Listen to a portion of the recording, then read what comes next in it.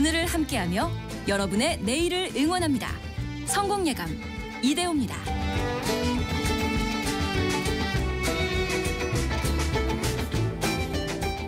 성공예감 이대호입니다. 2부의 문을 열겠습니다.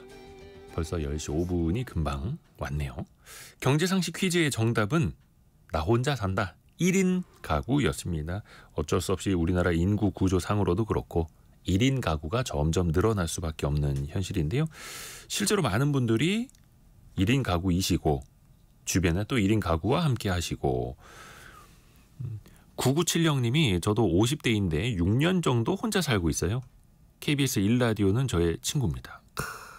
하루 종일 듣는데 성공예감은 다시 듣기도 해요.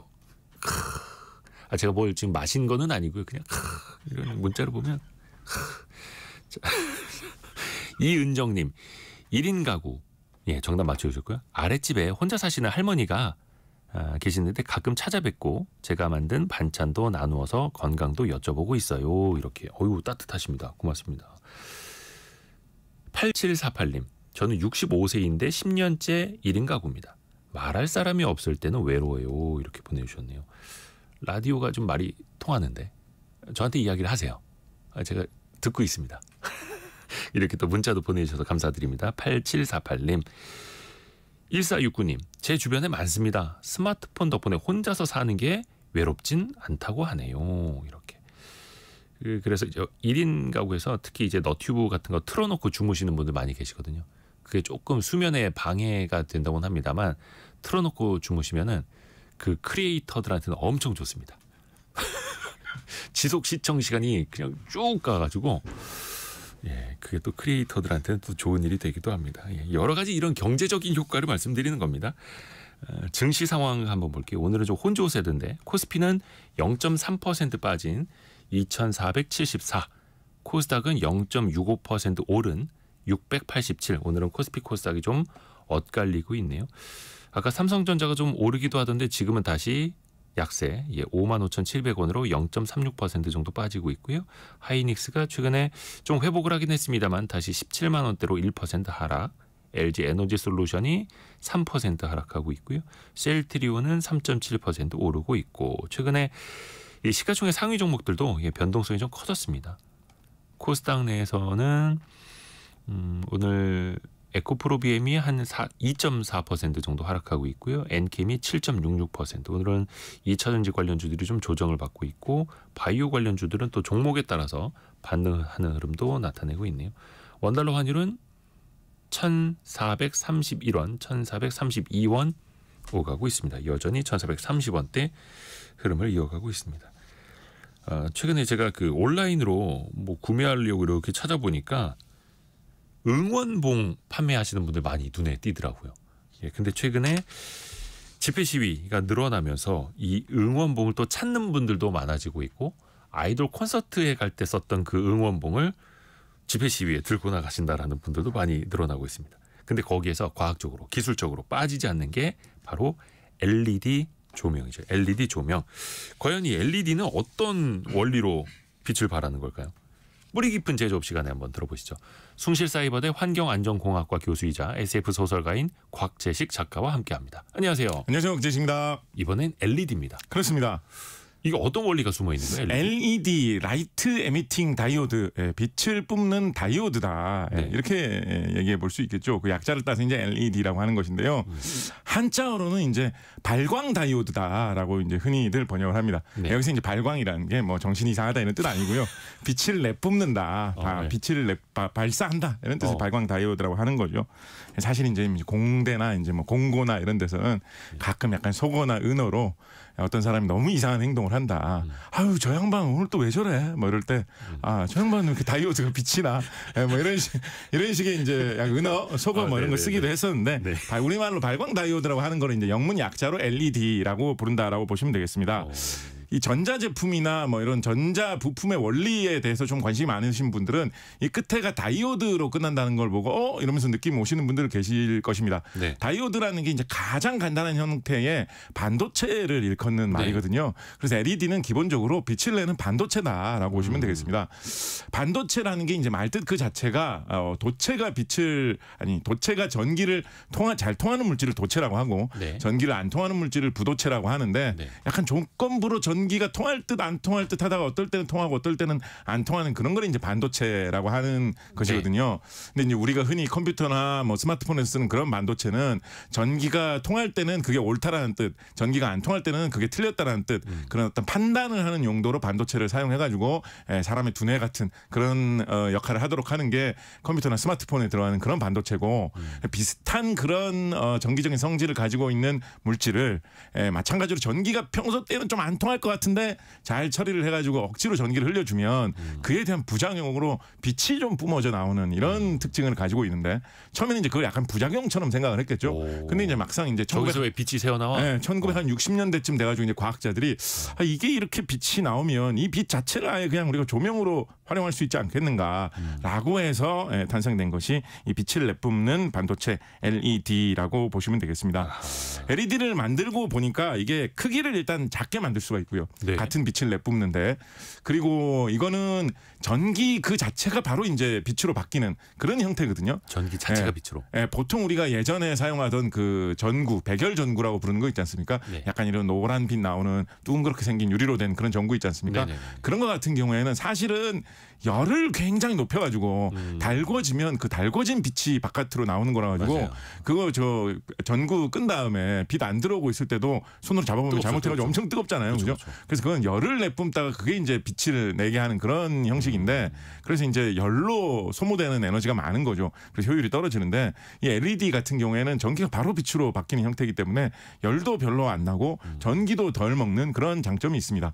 그래서 작게 만들어서 오래 가고 튼튼하고 가볍고 이렇게 만드는 용도로 쓰면 좋겠다. 그리고 열도 좀 덜 나야 되는데 이런 데 쓰면 좋겠다라고 해가지고 초창기에는 주로 이제 전자제품 같은데 그런 표시등으로 많이 활용했습니다. 네. 그 무슨 뭐 전원 버튼 누르면 보통 이제 빨간색 불빛 같은 게 들어오죠. 네. 그런 거 용도로 처음에는 LED를 많이 활용하다가 이제 기술이 발전하면서 거기서 더 센 빛, 더 다양한 색깔의 빛깔, 그리고 더 강한 빛깔을 내게 되면서 여러 가지 다양한 용도로 이제 많이 쓰일 수 있게 된 거죠.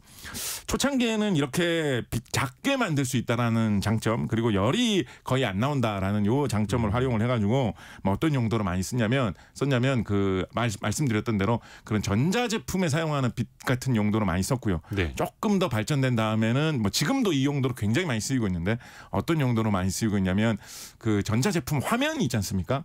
아까 그 저기 뭐 밤에 영상 켜놓고 자도 좋다 이런 말씀하셨는데 우리 스마트폰이나 그런 태블릿 PC 화면 같은 거 보면 컴퓨터 화면도 밤에 켜놔도 이게 번쩍 빛나면서 다 보이잖아요. 네. 사실 그 내부에서 이제 발광을 하고 있기 때문인데 그것도 뒤에서 이런 LED 같은 이런 등불로 빛을 밝히고 있기 때문에 밤에 보이는 경우가 많거든요. 백라이트라고 하는 그렇죠. 백라이트 뒤에서 조명을 비춰준다. 뭐 그게 없는 뭐 OLED 방식도 있긴 합니다만 그런 방식 같은 경우에는 그 뒤에서 빛을 비춰주는 그런 역할을 조명이 갖춰져서 전자제품에서 하는 게 필요한데 이런 거 같은 경우에 과거에 사용하던 방식의 그런 조명을 사용하면 얼마나 뜨겁겠습니까? 뜨거워서 사용하기 불편한 것도 문제지만 잘못하면 앞에 있는 전자 회로라든가 화면이 막 다 망가질 수도 있겠죠. 그죠? 그렇겠네요. 그래서 열이 안 나는 그런 조명이 필요하기 때문에 또 가볍고 작아야 좋기 때문에 그런 용도로 이제 LED 많이 사용되고 있고요. 그리고 이게 크기가 작으면서도 빛이 강하고 색깔을 다양하게 할 수 있다 보니까 여러 가지 이제 예술적인 용도로도 많이 쓰여가지고 뭐 크리스마스 뭐 이런 조명이라든가 아니면 뭐 드론 쇼를 할 때 사용하는 조명이라든가 이런 데도 초창기에는 많이 사용되었고 방금 설명해 주신 응원봉 같은 경우에도 이게 전기를 적게 먹으니까 오래 가기 때문에 장시간 동안 요거 빛을 밝히면서 사용하고 있고 가수가 요즘 공연을 하면 짧게 해도 한 2시간 하고 길게 하면 3-4시간 하시는 분들도 계시잖아요. 네네네. 근데 막 응원을 한다고 불빛을 켜가지고 막 밝히고 있는데 처음에는 빛이 잘 나오다가 한 3-40분 하면 배터리가 다 닳아가지고 응원 못하게 되면 그거 참 썰렁할 거 아닙니까? 그죠? 그래서 그런 용도로도 다채로운 색깔로 응원하기 위해서 강한 불빛을 뿜기 위해서 응원봉 용도로도 많이 사용 사용이 되었고 오래 간다라는 거. 예, 오래 가고 또 그 전기를 적게 들고 빛이 세다라는 그 점 때문에 초창기에는 그런 용도로도 많이 쓰였습니다. 그 저기 모기나 뭐 이런 아니면 불나방 뭐 이런 곤충 같은 거 잡는 뭐 그런 등 같은 거 있지 않습니까? 그런 거에서 그런 유인등 같은 거 킬 때 이런 거 좀 센 빛으로 밤새도록 켜놔야 되지 않습니까? 그래서 그런 거 할 때도 이런 LED 등, 뿔 이런 거 많이 사용을 했었습니다. 작은 크기로 전기를 적게 들면서 빛을 만들 수 있다는 얘기는 그거를 더 많이 쓰면 강한 빛을 만들기에 좋다는 뜻도 되거든요.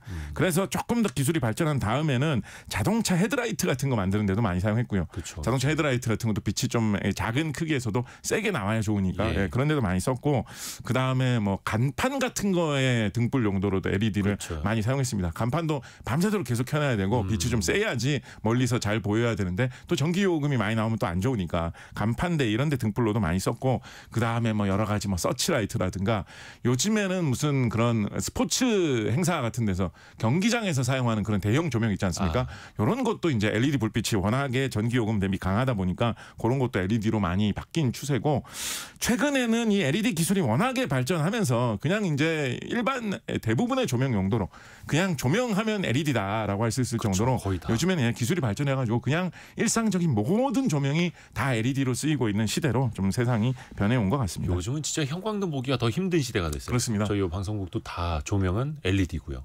LED 아닌 조명을 찾는 게 더 힘들 정도예요. 그게 조금 더 설명을 드리면 이게 전기 요금이 더 적게 나오니까 그만큼 에너지를 절약할 수가 있잖아요. 그렇죠. 그리고 이제 오래 가는 조명이다 보니까 이게 그만큼 자원이 덜 낭비된다 이런 측면이 있어가지고 세계 각국에서 어떻게 보면 약간 좀 경쟁적으로 이 LED 조명을 좀 강제 도입하기 위한 그런 제도를 규제를 많이 한 10년 전으로 해가지고 많이 진행을 했습니다. 그렇죠. 우리나라 같은 경우는 2010년대 초에 약간 에너지 등급을 높이는 방식을 이용을 해가지고 예를 들어서 전기 요금이 지나치게 많이 나오는 수명이 지나치게 짧은 조명 같은 거는 출시하는 것을 거의 뭐 불법화해서 규제를 한다라는 식으로 하다 보니까 과거에 전기 요금이 좀 많이 나오는 조명 같은 그런 방식은 점점 출시할 수가 없게 된 거죠. 그래서 그 수위를 점차적으로 높여가가지고 지금은 뭐 자발적으로 그런 LED 제품을 많이 쓸 수밖에 없는 그런 상황이 되기도 했습니다만, 그런 법령이나 제도나 규제상으로 봐도 그런 기준을, 환경적인 기준을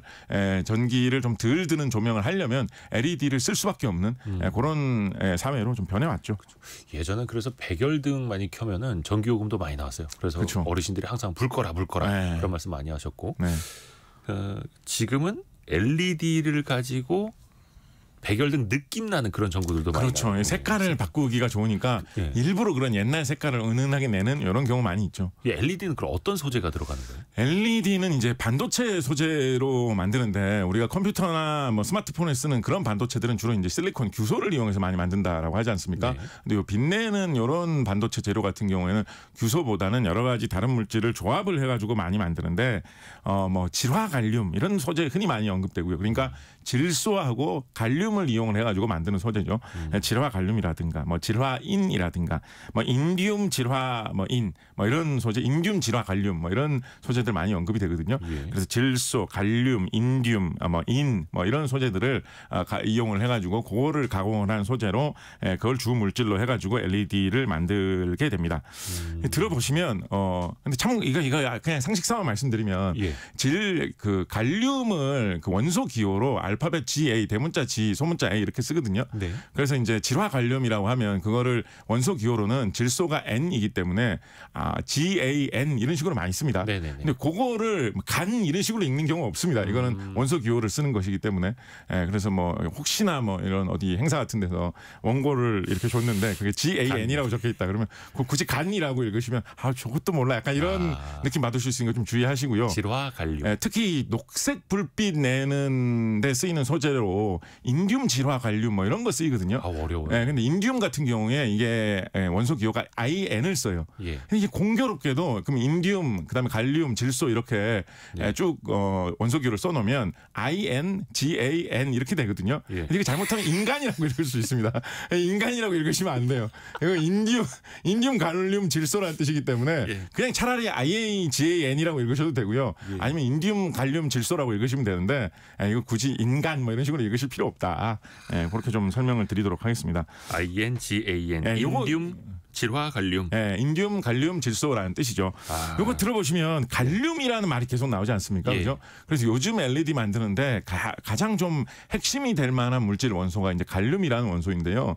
이게 사실은 이 갈륨이라는 거는 이제 프랑스 과학자가 개발해가지고 프랑스 그쪽 땅을 옛날에 로마 시대에 갈리아라고 했기 때문에 거기서 나온 이름으로 우리나라의 금속이다라는 뜻으로 프랑스 과학자가 발견한 다음에 이제 갈륨이라는 이름을 붙인 것인데 실제로 현재 세계 시장에서 유통되는 갈륨은 거의 절대 다수가 다 중국에서 생산되고 있습니다. 그렇죠. 뭐 최대로 많이 볼 때는 중국에서 세계 갈륨 유통량의 95%가 생산이 된다라고 할 정도로 갈륨 시장을 중국이 꽉 잡고 있거든요.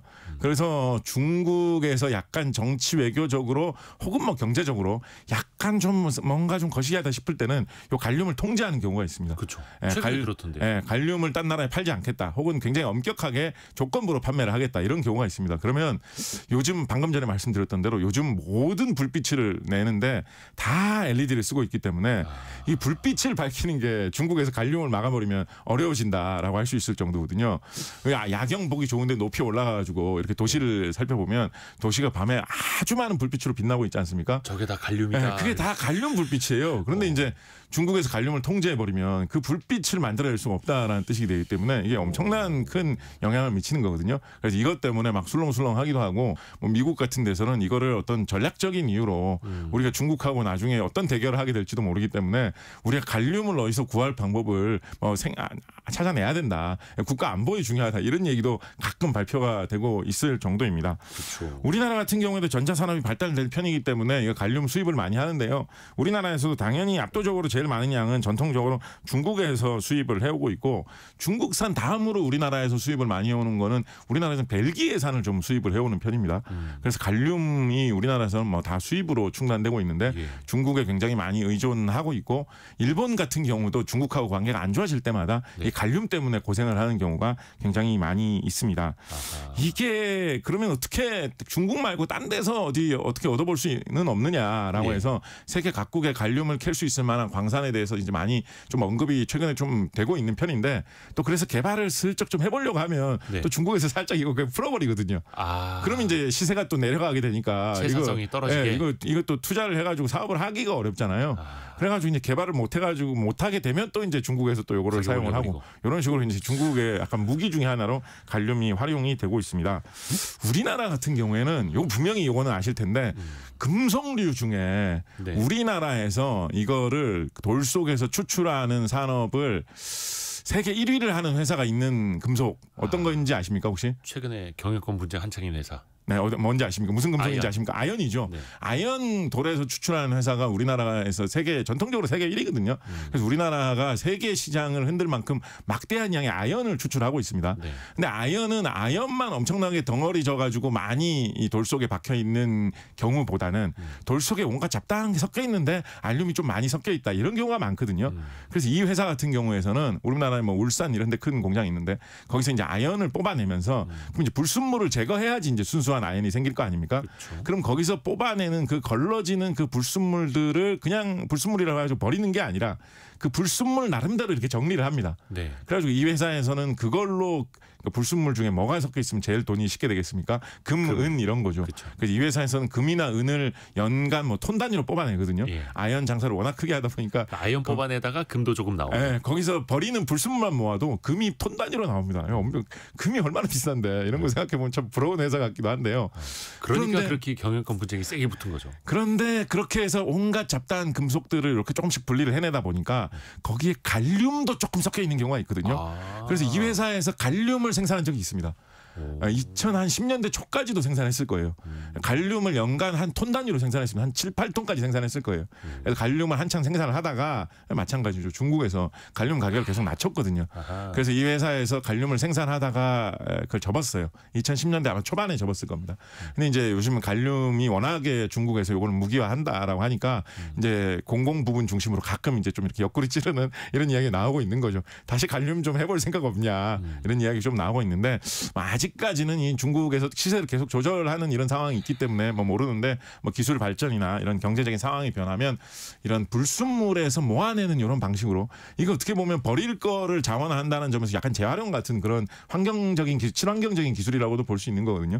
그래서 그런 식으로 생각을 해보면 우리나라에서는 이 버리는 불순물 쓰레기에서 갈륨을 뽑아내는 이런 방식으로 갈륨 독립을 추구하게 되는 날이 또 찾아올지도 모른다. 뭐 이런 얘기도 해볼 수 있겠죠. 근데 최근에도 중국에서 이제 미국에다가 갈륨 수출을 이제 통제하겠다 이런 이야기 발표했었거든요.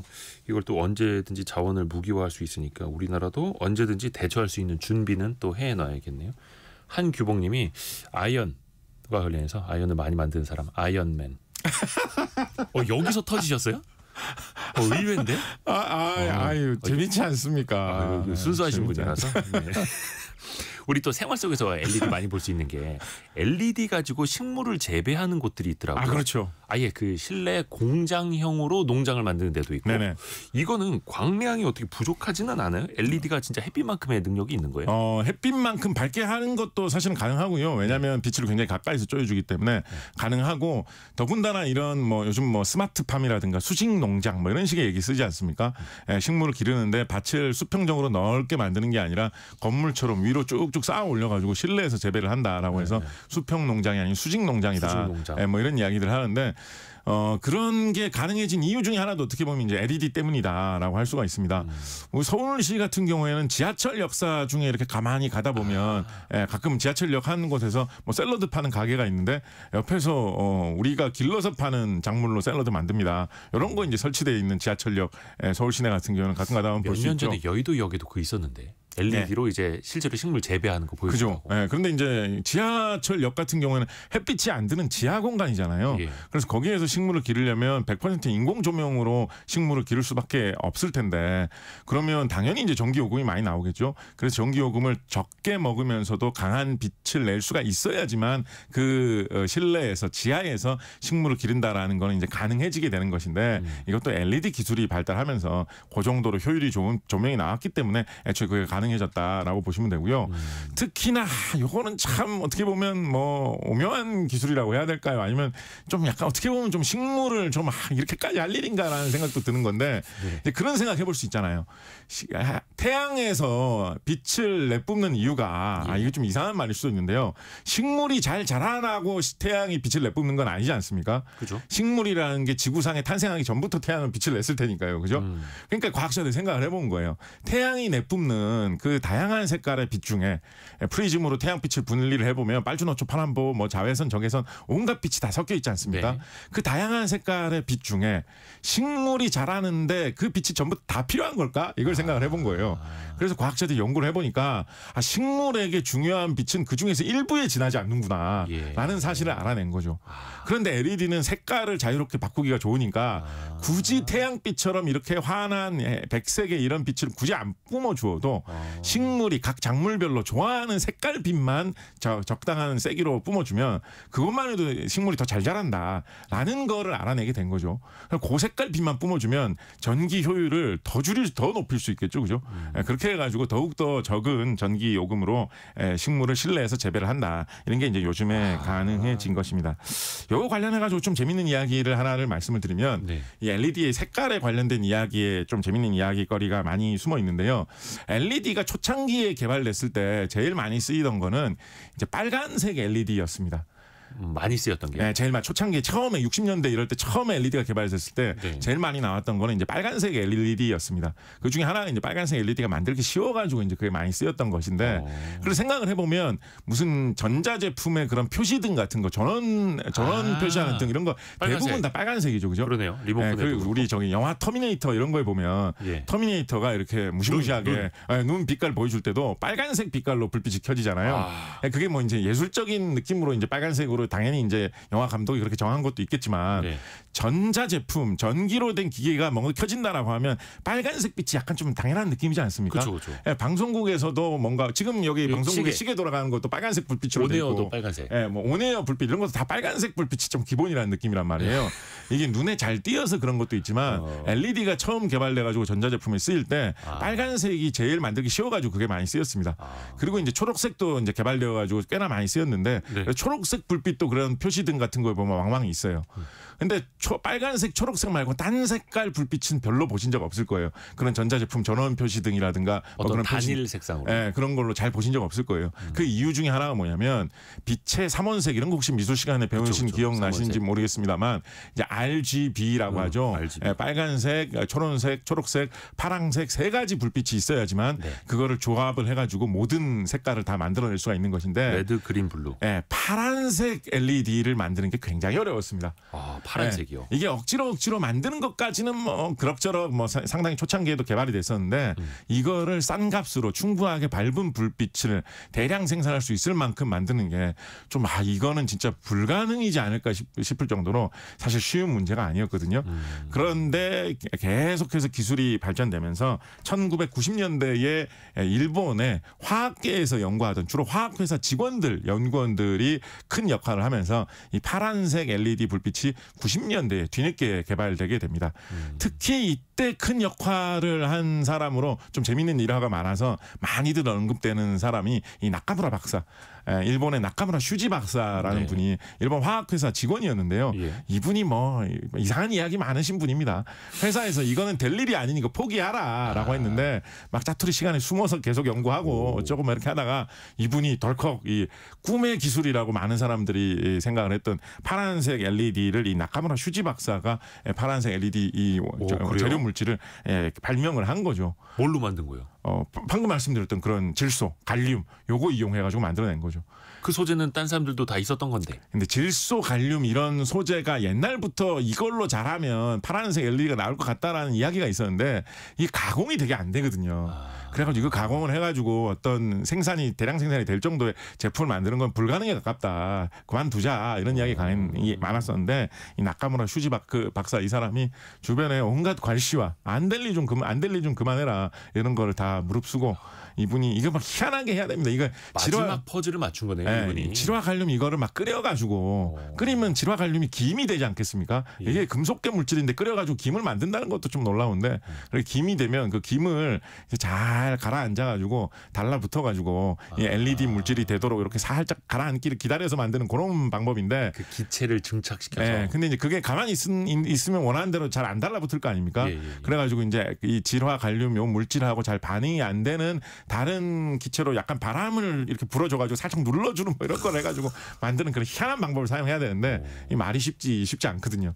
그래서 이분이 엄청 고생을 하셨는데 결국은 이분이 이 파란색 LED를 개발해내면서 이제 빨간색, 초록색, 파란색 다 가능해졌기 때문에 그거를 섞어서 모든 색깔의 불빛 그리고 우리가 조명으로 쓸 수 있는 이 흰 불빛이 가능해졌기 때문에 이 파란색 LED가 나오면서 지금처럼 모든 빛의 LED를 쓰는 시대가 열렸다라고 할 수 있으니까 이분이 진짜 엄청난 일을 하신 거죠. 그래서 이 나카무라 슈지 박사 이분 노벨상도 받으셨습니다. 우와. 이게 그게 뭐냐면 이게 그냥 참 희한한 게 뭐냐면 회사에서 하지 말란 일을 해서. 그래서 이게 나중에 이게 또 어떤 일로 비화가 되냐면 이 나카무라 슈지 박사가 이런 이상한 사연 속에서 이게 개발되다 보니까 당연히 이 회사에서 이걸로 돈 엄청 벌었거든요.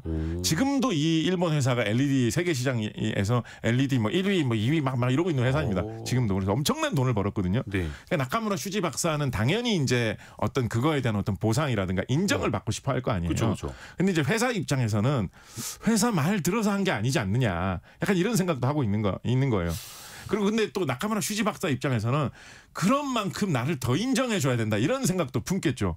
이거는 회사에서 지시대로 해가지고 내가 이뤄낸 결과물이 아니라 내가 독자적으로 해가지고 그쵸. 회사에 이만한 공헌을 한 거니까 더 높게 쳐줘라 뭐 이런 이야기를 한 거죠. 그리고 좀 세부적으로 살펴보면 그거 말고도 여러 가지 분쟁이 될 만한 게 많이 있어가지고 이분이 회사하고 소송을 엄청 크게 붙었습니다.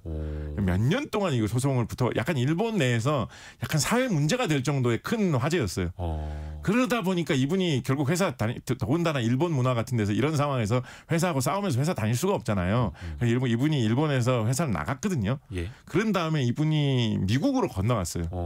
그런 다음에 미국에서 계속 생활하다 보니까 이분이 결국 국적을 미국 국적으로 바꾸셨거든요. 너무 열받았나 보네요.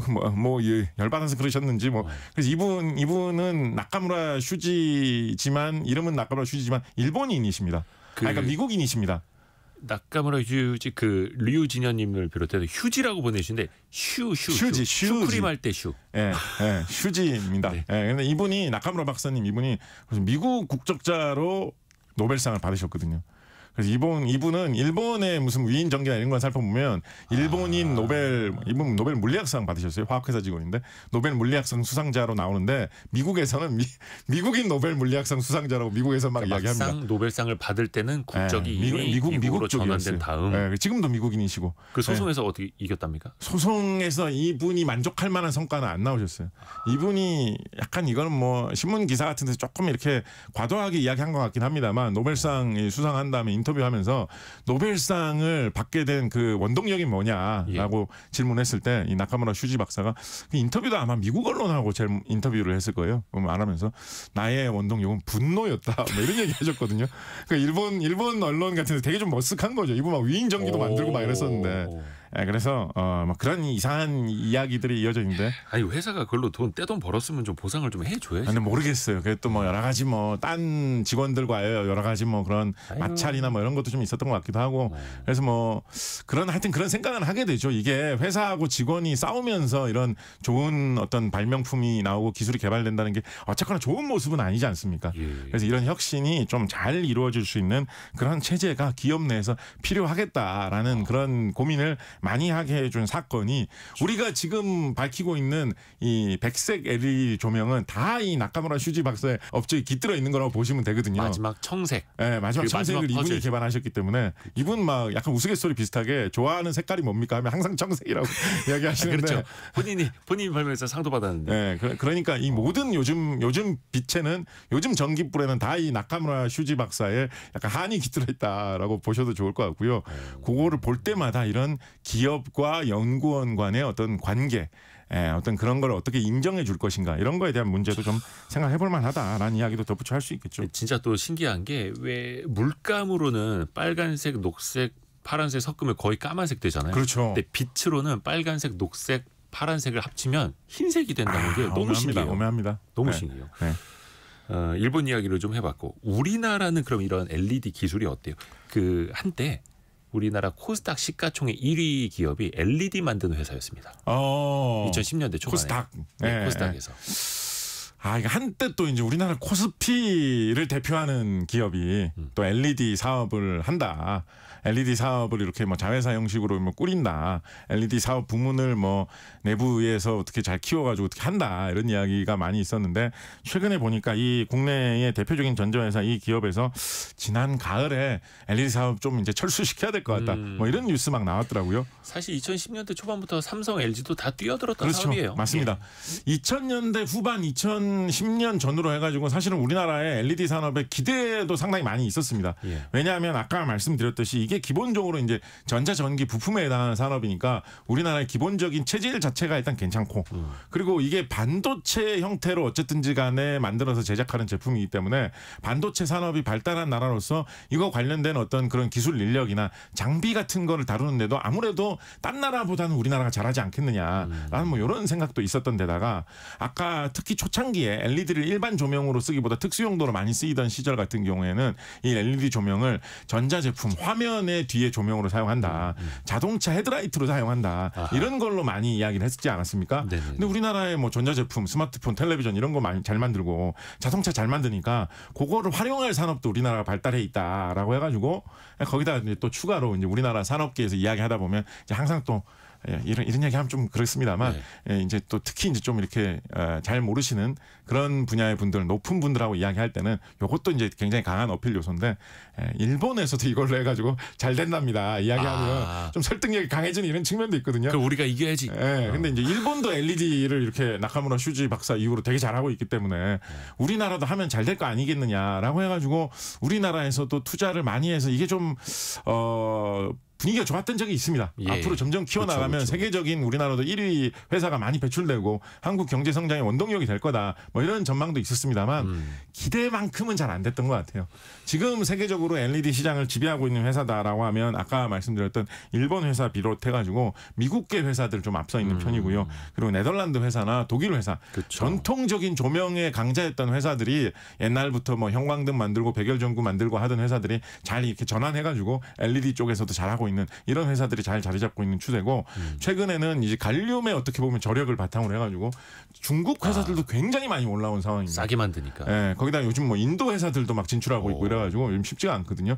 그래서 기대했던 거에 비해서 우리나라 LED는 약간은 좀 쉽지 않은 상황이기는 합니다. 그렇죠. 예, 말씀드렸던 대로 국내 대표 대기업들도 한때 이거 사업 많이, 그러니까 자기들이 사업을 하는 다른 전자산업이나 뭐 연결돼 있는 자동차 산업 이런 거 관련이 크다 보니까 그렇죠. 예, 당연히 이제 이런 거에 발을 들여가지고 했었고 뭐 파주 같은데 한때 공장 크게 만들어가지고 이런 LED 막 생산하고 맞아요. 했었는데 파주 공장 이런 데도 2020년대 접어들면서 좀 어려워져가지고 철수 많이 한 상황이고 그래서 어려워진 측면도 많이 있습니다.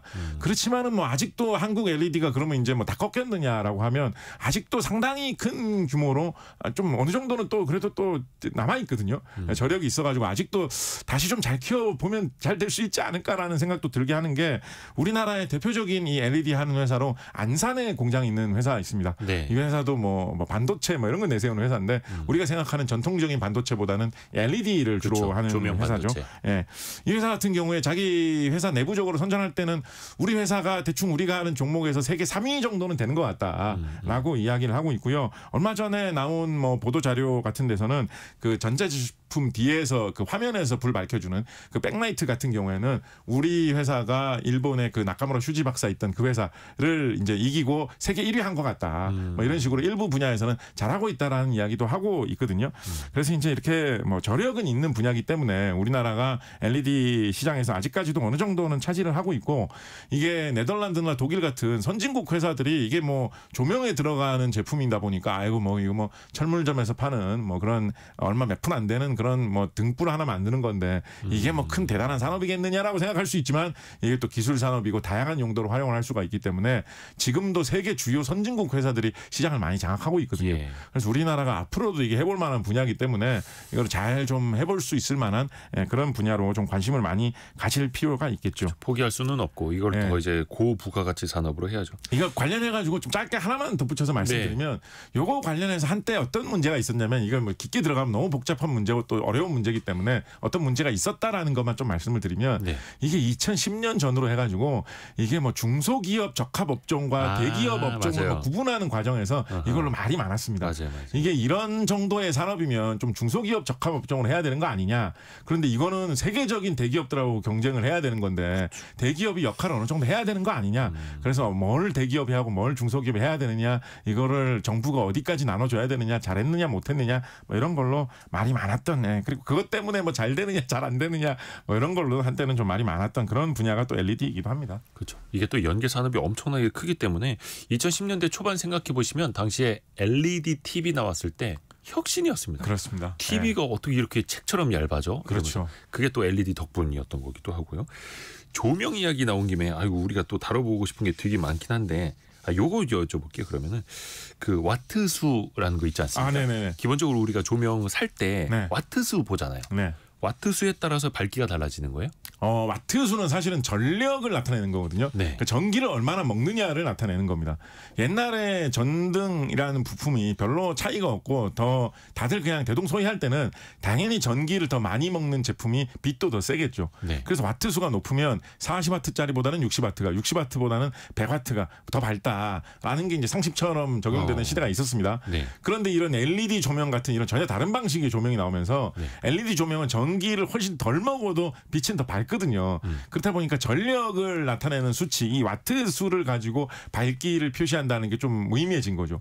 왜냐하면 LED 조명 40와트짜리라고 해가지고 예전에 쓰던 다른 전구 40와트짜리하고 비교를 해보면 훨씬 더 밝거든요. 네. 그래서 요즘도 와트 수라는 걸 쓰긴 해요. 네. 같은 LED 조명에서는 와트 수가 높으면 아무래도 그래도 더 밝겠지라고 해가지고 쓰기는 하는데 요즘은 이 와트 수보다는 이제 빛 자체를 나타내는 미터법 단위인 루멘 같은 단위를 좀 더 많이 쓰는 편입니다. 이게 루멘이 촛불 하나 밝기? 뭐 그렇게 대략 그렇게 정의되어 있는 건 아닌데요. 네. 대충 뭐 1루멘 하면 촛불 하나다라고 하는데 촛불이 요즘 초는 좀 적기 때문에 웬만한 초는 요즘 초는 키워보면 한 10루멘까지 나와요.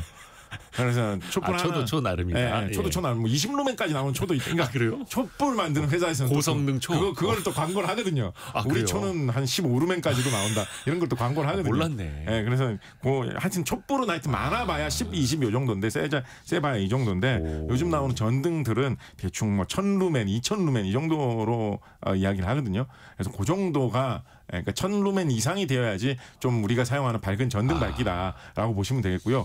보통 뭐 가정에서 쓰는 그런 전등 같은 경우에는 한 7, 800루멘 정도 나오는 것들도 있습니다. 그런 거는 하나만 키면은 방에 켜놓으면 약간 좀 어두울 수도 있지 않을까? 그렇지만은 뭐 그래도 뭐 어느 정도 쓸 수는 있겠네. 뭐 이런 식으로 생각을 해보시면 되겠죠. 그래서 요즘은 그쵸. 와트 수보다는 루멘 수를 좀 보는 경향으로 좀 바뀌고 있다라고 그게 또 가격 생각하셔도 차이이기도 하고요. 네, 되겠습니다. 시간이 거의 다네. 요거 짧게 하나만 좀 가능할까요? 이게 모든 질문에 대한 답변은 가능한데 곽재 작가님 이제 짧게 하는 게 더 어렵기 때문에 요거 하나만 좀 여쭤볼게요. 왜 블루라이트 차단하라고 하지 않습니까? 눈 네. 건강을 위해서. 네네네. 그래서 스마트폰이나 모니터 약간 저도 누렇게 해놓고 보는데 이게 실제로 도움이 되는 거예요? 블루라이트 차단이? 도움이 약간 된다고 할 수 있죠. 예. 그러니까 사실은 이제 뭐 블루라이트뿐만 아니라 빛 자체가 어두운 곳에서 눈에 많이 들어가면 이제 눈을 필요하게 할 수 있기 때문에 문제가 되는 건데 이 파란색 빛이 특히 좀 이 에너지가 좀 센 편이기 때문에 그게 조금 더 눈에 안 좋은 것 같다라고 해서 이야기를 하는 것인데 아까 쭉 말씀드렸듯이 블루라이트 그러니까 파란색 빛을 아예 다 빼버리면 네. 색깔이 하나도 안 살게 되거든요. 그렇죠. 예, 그러면 뭐 누리끼리하고 누리끼리 뭐 해지죠. 뻘겋고 이렇게밖에 안 보이게 되거든요. 네네네. 예. 그래서 파란 색깔을 아예 제거하는 것은 없기 때문에 블루라이트를 제거한다라고 하면 아주 약간의 어떤 눈을 보호하는 의미가 있을 거다라는 정도로 이야기를 해볼 수 있을 것이고요. 눈을 보호를 하고 싶다면 아까 설명하셨던 대로 화면을 보지 마시고 소리만 들으시는 거, 라디오 이런 거 좀 주무실 때는 많이 들으시는 거. 또 이게- 그게 진정으로 눈을 보호하는 길에 조금 더 가깝겠죠. 오늘의 결론은 라디오가 좋은 거다. 그렇습니다. 그러네. 해서 그 블루라이트가 이제 숙면에 좀 방해가 된다 이렇게 네. 또 의사분들은 또 말씀을 또 해주시더라고요. 야 오늘도 재미나게 들었습니다. 곽재식 작가였습니다. 감사합니다. 감사합니다. 라디오 정보센터 다녀옵니다.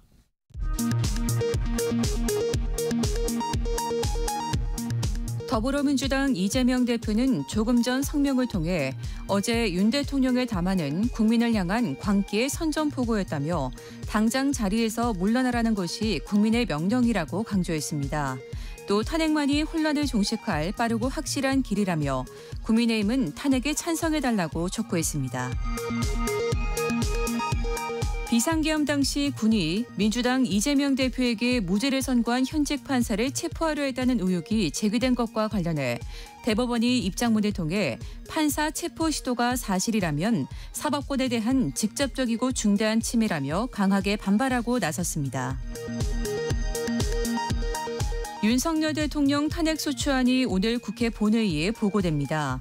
민주당 등은 내일 오후 5시 본회의에서 탄핵안 표결에 나설 방침입니다.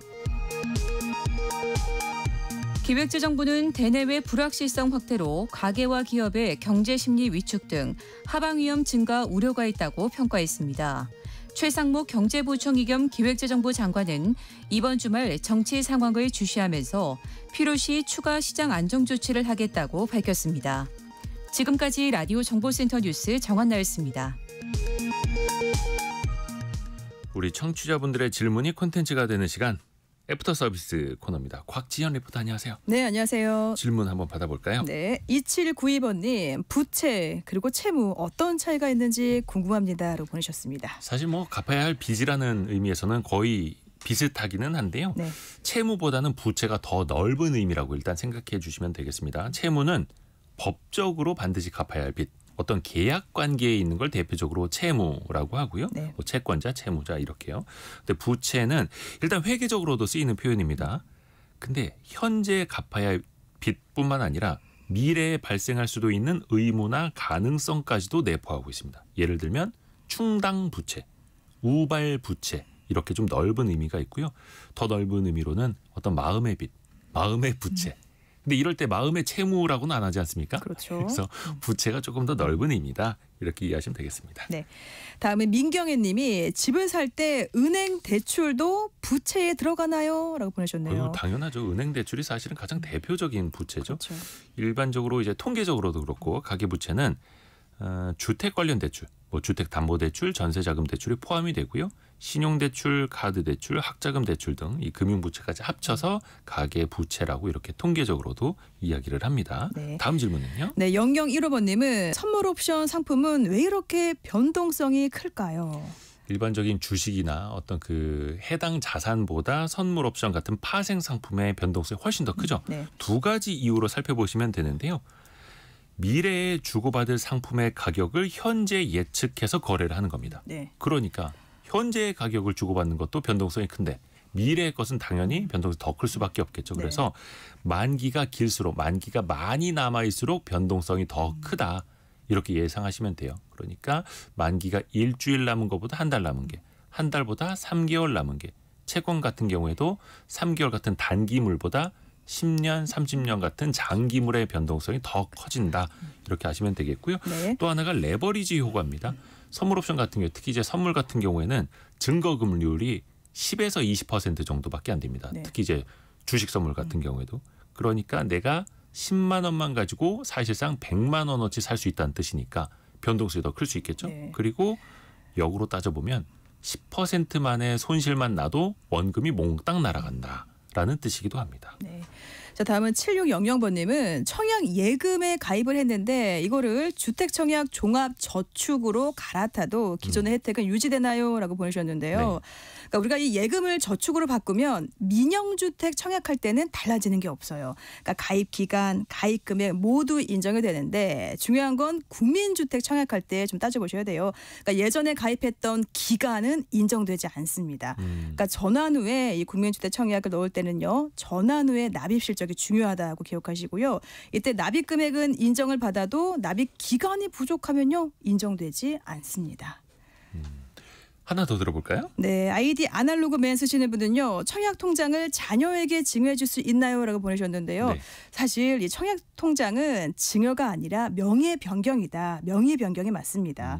그러니까 2000년 3월 25일 기준으로 해서 그 전에 가입한 주택청약 종합저축은 명의 변경할 수가 없고요. 2000년 3월 25일부터 가입한 주택청약 관련 금융상품 있죠. 뭐 청약저축이라든지 예금, 부금은 모두 명의 변경할 수가 있습니다. 네, 곽지연 리포터와 함께했습니다. 고맙습니다. 네, 고맙습니다. 9353님, 9년 전에 항암 치료하면서 KBS 1라디오 듣게 됐는데 하루 종일 듣고 있어도 광고가 없어서 좋았어요. 덕분에 완치되었습니다라고 보내주셨네요. 어유 축하드립니다. 뭐 저희 덕분에 완치된 거는 아니겠습니다만 예, 그래도 좋은 일 많이 생기시길 바라겠습니다. 고맙습니다. 내일은 토요일이죠. 참 이제 시국이 어지럽긴 합니다만 그래도 또 일주일이 금방금방 가긴 합니다. 주말에는 주말판 별책 부록을 들으시면서 또 알차게 정보를 쌓아나가실 시간이 있는데요. 우리 사회 참 갈등의 요소가 많습니다. 어떻게 풀어나가면 좋을까요? 성균관대 사회학과 구정우 교수와 함께 생존10이라는 책 읽으면서 어떻게 현명하게 살아갈 수 있을지 같이 한번 생각해 보시죠. KBS 1라디오 또 유튜브에서 동시에 또 방송이 됩니다.